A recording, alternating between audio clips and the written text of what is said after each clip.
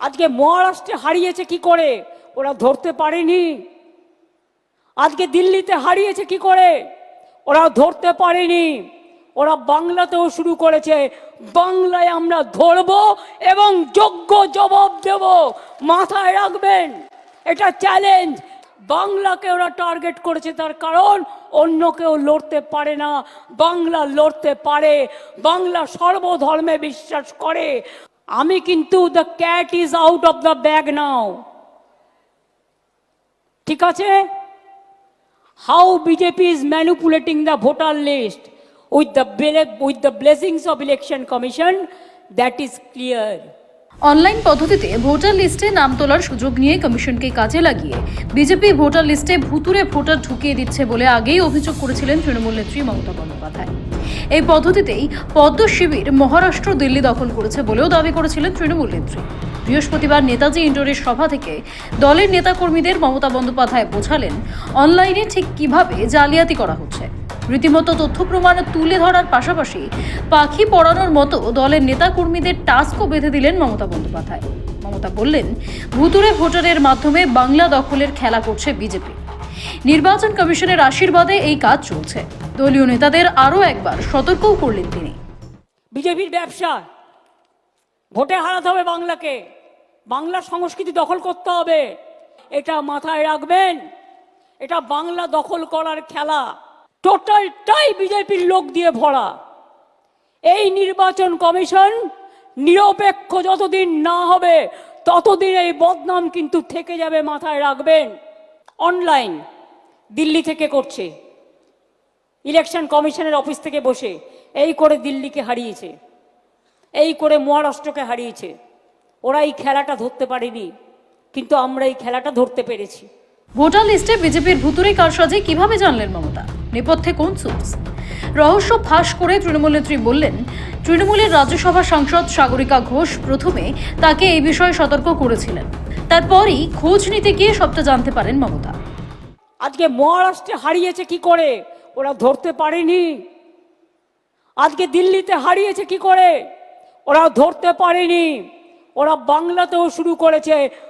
কতগুলো আপনাদের কাছে আমি উদাহরণ তুলে দিচ্ছি, এরপর বাদবাকি কাজটা কিন্তু আপনাদের। আধার কার্ড কেলেঙ্কারি করেছে, আধার কার্ডটা ওদের হাতে। একই এপিক নাম্বারে বাংলার ভোটারের যেখানে নাম আছে সেখানে হরিয়ানা, পাঞ্জাব, রাজস্থান, বিহার সব নাম ঢুকিয়েছে, রেলে করে নিয়ে আসবে। হরিয়ানার কাহিনী, সব হরিয়ানা, এই লিস্টটা দেখছেন সব হরিয়ানা। বাংলার ভোটারের নাম সাথে বাবার নাম, ঠিকানা সব হরিয়ানা। আর এপিক কার্ড নাম্বারটা শুরু হচ্ছে XYZ থেকে।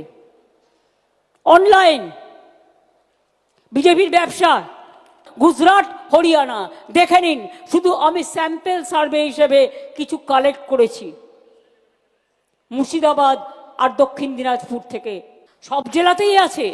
আমি কিছু পেয়েছি হাতে বলে তাই প্রত্যেকটা দেখতে হবে, কিন্তু ছেড়ে দিলে চলবে না। এবং আমি স্পেশাল থ্যাঙ্কস জানাচ্ছি সাগরিকাকে, ও আমাকে এটা অ্যালার্ট করেছিল প্রথমে।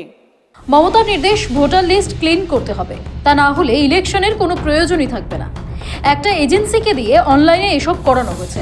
কিছু BLRO-কে সাথে নিয়ে অনলাইনে কারসাজি করেছে।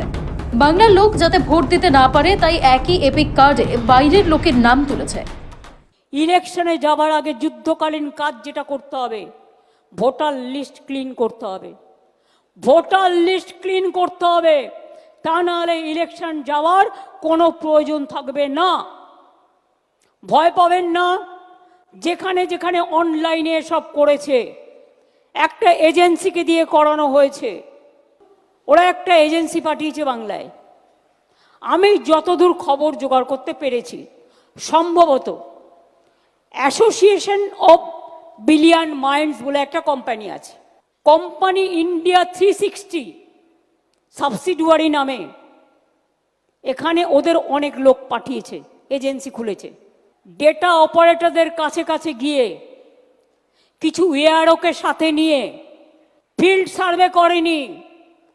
বাংলার লোক যাতে ভোট দিতে না পারে একই এপিক কার্ডে বাইরের লোকের নাম তুলেছে। তার মানে বাংলার লোকটা যখন ভোট দিতে যাবে তার ভোটটা বাইরে থেকে এসে সে দিয়ে দেবে। দেখুন, আমি প্রমাণ দিচ্ছি। ডেটা অপারেটরদের লক্ষ্য রাখুন, অনেক জায়গায় কিছু মিষ্টির প্যাকেট গেছে, আর যারা এই কাজটি করেছে আমি হাতে নাতে ধরবো কিন্তু ব্লকগুলো, কিন্তু তার জন্য আমার ডকুমেন্ট চাই, এভিডেন্স চাই। অনেক এয়ারও তার দায়িত্ব পালন করেনি। ভোটার তালিকা ভুতুরে ভোটার মুক্তির জন্য 10 দিনের ডেডলাইন বেঁধে দেন মমতা। ভুতুরে ভোটার চিহ্নিতকরণে সুব্রত বক্সির নেতৃত্বে কমিটি করে দেন। এই কমিটিতে রয়েছেন অভিষেক বন্দ্যোপাধ্যায় সহ দলের একাধিক শীর্ষ নেতৃত্ব। বিজেপির নতুন কাজ অপারেশন। শুনুন, ওর যদি 50টা এজেন্সি থাকে, আমাদের তো একটা তো থাকবে কমসে কম, যারা দেখবে, ফিল্ড সার্ভে করবে, আপনার সাথে মিলতে না পারে কিন্তু তাদের যাওয়ার দরকার আছে। আমার এখানে আজকে যেমন এমপিরা আছেন, এমএলএরা আছেন, মিনিস্টাররা আছেন, অল ফ্রন্টাল অর্গানাইজেশনের চিফরাও আছেন।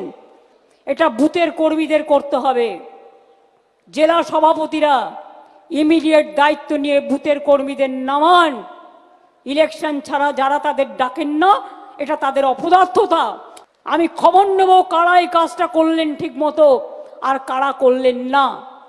যারা করবেন না, আমি 10 দিন সময় দিচ্ছি, ডিটেলস তথ্য বের করে অনলাইনের এগুলো কাটবেন। 7 দিনের মধ্যে জেলা কমিটি যারা, একটা করে কোর কমিটি আমরা করে দেব, যারা ভোটার লিস্টের কাজটা এখন থেকে করতে হবে। এবং আমি সুব্রত বক্সির নেতৃত্বে এই ভোটার লিস্ট সংক্রান্ত একটা কমিটি করে দিচ্ছি। তাদের রোটেশন অনুযায়ী অফিসে 4 জন করে বসতে হবে এখন কাল থেকে রেগুলার। জেলা থেকে এই কমিটির কাছে রিপোর্ট আসবে। ওই কমিটি কাজ না করলে প্রয়োজনে নিজে ভুতুরে ভোটার বাছাইয়ের কাজ করবেন বলেও জানান মমতা। 3 দিন পর পর তাকে কিন্তু ইনফরমেশন দিতে হবে এবং ইনফরমেশন পার্টি অফিসকে পাঠাতে হবে, তৃণমূল ভবনে পাঠাতে হবে সুব্রত বক্সির কাছে। বিধানসভায় দাঁড়িয়ে প্রথমবার মমতা বন্দ্যোপাধ্যায় অনলাইন ভোটার তালিকার নামে কারসাজির অভিযোগে সরব হন। বৃহস্পতিবার ফের দাঁড়িয়ে সরব হলেন মমতা। 21 বিধানসভা ভোটে তৃণমূলের জনপ্রিয় স্লোগান হয়ে উঠেছিল খেলা হবে। 26 ভোটার লিস্টকে সামনে রেখে আরও বড় খেলার ডাক দিলেন মমতা বন্দ্যোপাধ্যায়। এখানে বাংলার সংস্কৃতি চলবে না, উল্টো সংস্কৃতি চলবে। বাংলায় প্রয়োজন হলে আর একটা জাগরণ হবে, সেই জাগরণ আপনাদের করতে হবে। আমরা এটা মানব না।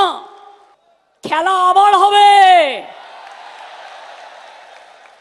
2026-এর খেলাটা আর একটু জোরে মারতে হবে, বল জোরে মারতে হবে।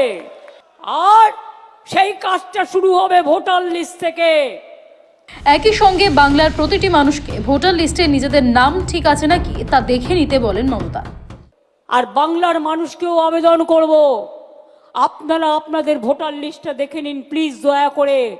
তা নাহলে যে কোনো দিন এনআরসির নাম করে এবং ক্যান নাম করে আপনাদের কিন্তু নামটা ছল চাতুরি করে কেটে দেবে। কর্মী সভা থেকে মমতা কর্মীদের মনে করিয়েছেন, শুধু ভোটার লিস্ট চেক করলেই হবে না, ব্লক বা জেলায় নির্বাচন দফতরের কোন কোন আধিকারিক এই জালিয়াতির সঙ্গে যুক্ত সেটাও খোঁজ নিতে হবে। জানতে হবে মিষ্টির প্যাকেটের বিনিময়ে কারা এই কাজগুলো করছে। সৌভিক সানালের রিপোর্ট, সময়, কলকাতা।